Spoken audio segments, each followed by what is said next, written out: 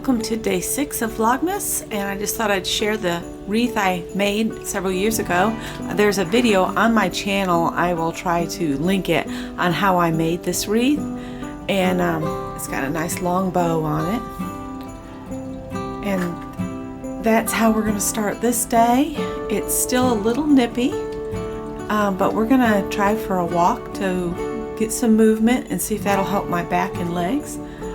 And I'm going to click a picture real quick. There we go. And I hope y'all enjoy the wreath. And like I said, if I can remember, I'll even do an iCard up in the corner. Alright, a little bit more of what we have hanging on the walls. Just people seem to like to see what we have as far as art and fun stuff around the house. That is the Pataran that I made from a kit I bought from Kate at the last Homely House. And then my row of chickens with the bell on the end, I got at World Market. And then I got these fun signs. There is no snooze button on a cat who wants breakfast.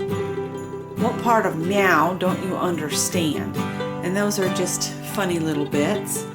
And then on this wall, I have the 2 potted plant pictures here are ones I got thrifting. I got the Eat thrifted, and then the cat print, it's kind of hard to get it, there was a gift from my sister in 1990 when she was in art school, and the students all got together and she bought this print from another student for me for Christmas or my birthday one year, and it's on parchment, handmade parchment, I believe, because it looks like it's all feathered on the edge. It's hard to see, but that's our kitchen decor.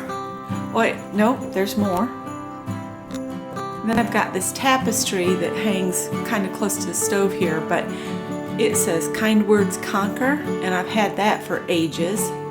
And then the bakery sign we got out of an old building one time that was being demolished.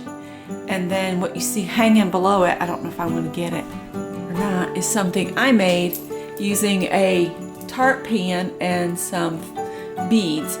And some of them, the strands, the really long strands, are from my local craft group that I used to be in, that I don't know if they even get together anymore.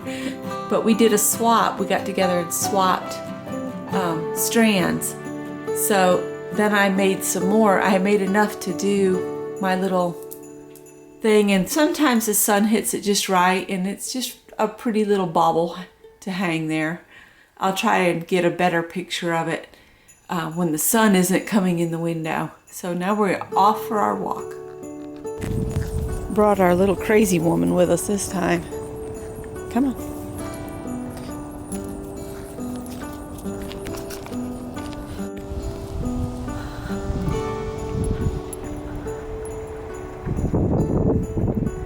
She's being kind of a nuisance. She can't see, so she's going by smell, and she's jerking me all over. I'm trying to be patient. Scott didn't want to bring her because she goes crazy until she slows down a little bit.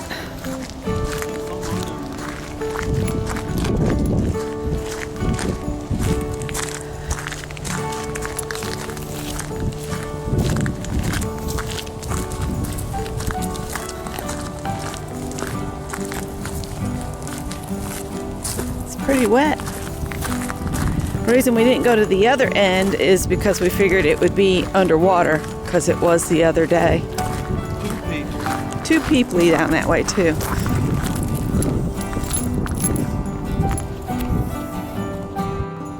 So we're walking a different section. We walked down a little bit of Old State and then turned around and came back, because the old girl, she's about a 1 mile dog.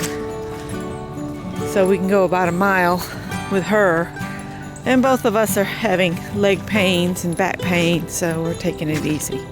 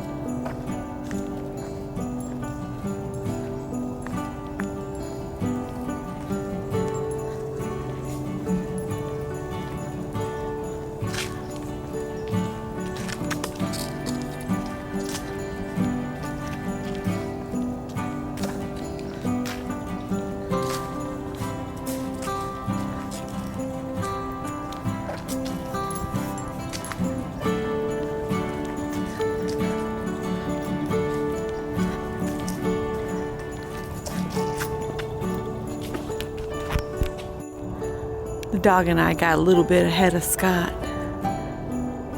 He's walking off into the bushes. I don't know what that's about. But it's a really pretty walk. This used to be the old access road to Old State Road, and we walked down that, and then we walked down Old State Road a ways, and then came back and got on the path. And then to get back to the car, we got to go back up there, and that's a motel. I think it's a Courtyard Marriott. And across the street from the Courtyard Marriott is the KC Tennis Complex. So there's lots to do in the city now. Not stuff that Scott and I would do, but it's available. Lunch is served. Lunch is served. Shrimp and grits. Floyd Spence Low Country Shrimp and Grits. Look it up. Well, I guess this is something to fill my Vlogmas day, but I've got this tote of fabrics, and I'm going to go through and I'm going to separate cottons from flannels and see what I've got that I could make myself some new nighties in here. I'm trying to use my fabric stash up before I buy anything. I've got fabric out the wazoo, and I think this one's mostly all flannel, but I will go through and sort it. When I get it sorted into piles, I'll show you the end result. Okay, I have been through the fabrics, and this is what I've got. These are just less than a yard cuts of cat prints. These are less than a yard cuts of dog prints. There's a few little scrappy scraps there.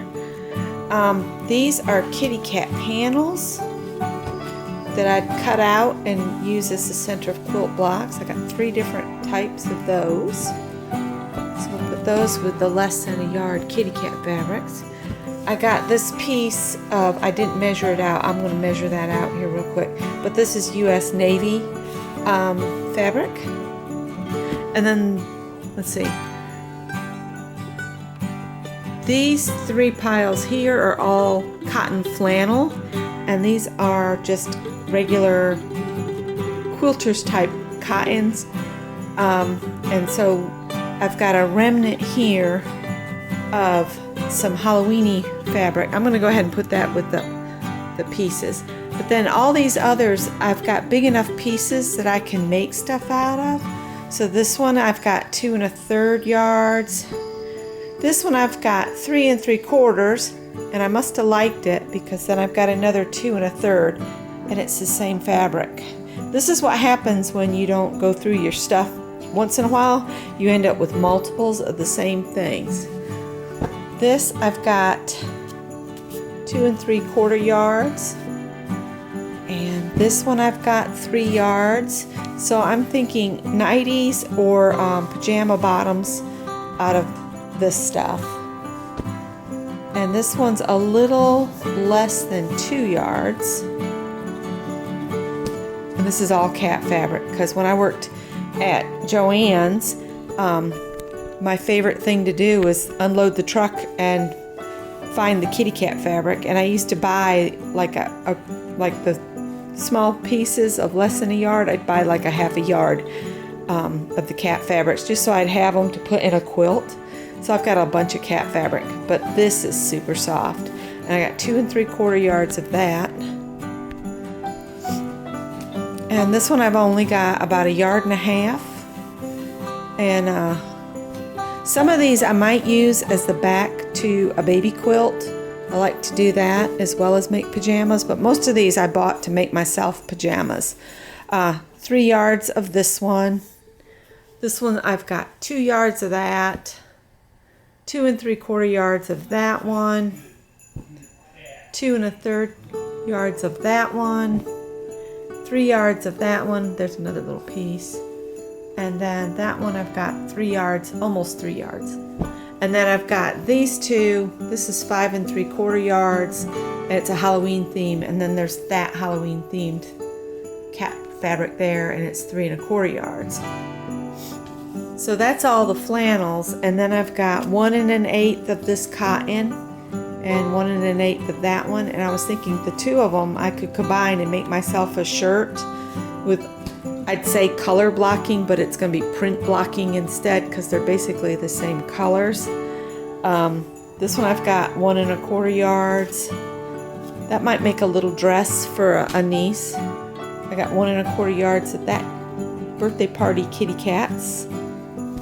This one I've got 1½ yards, and I'm thinking that would be enough to make a short sleeve shirt for myself. And I got 1 yard of this one and 2 yards of that one there, and it's got the little gray kittens on it. And yes, I'm 56 years old, and I'm going to make myself cute little shirts and stuff because I can. And when you make your clothes yourself, you can choose your own fabrics and you can make whatever you want. You don't have to be stuck with what the industry says. So anyway, that's one box, one of those, and I have several of those. But now I know what's in here. I know how much I have of each kind.